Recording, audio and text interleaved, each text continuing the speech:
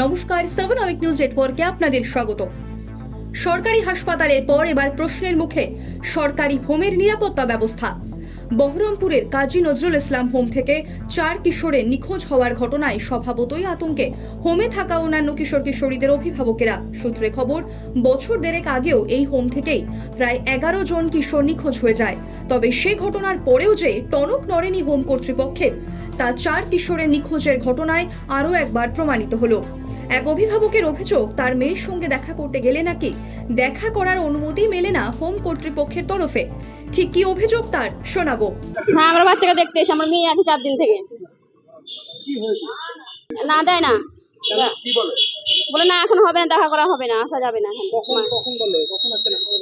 আমরা এসছি, এখনই ঢুকলাম, কালকে এসছিলাম, কালকে আমাদেরকে দেখতে দেয়নি, বলছে হবে না, এখন 7 দিন দেখা হবে না। আমরা ঢুকতে চাইছি কিন্তু ঢুকতে আমাদেরকে দেয় না। নিরাপদ মনে হচ্ছে না, তো দেখাই দিচ্ছে না। এখান থেকে বাচ্চা পালিয়ে যাচ্ছে, তাই নিরাপদ তো জায়গা না। হ্যাঁ, ভয় করছি রাখতে।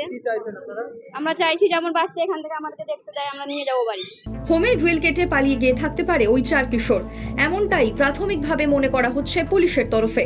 তবে 4 কিশোর গ্রিল কেটে পালিয়ে গেল আর নিরাপত্তা রক্ষীদের চোখে তা পড়ল না কেন? তবে কি পর্যাপ্ত নিরাপত্তা ব্যবস্থা ছিল না ওই হোমে?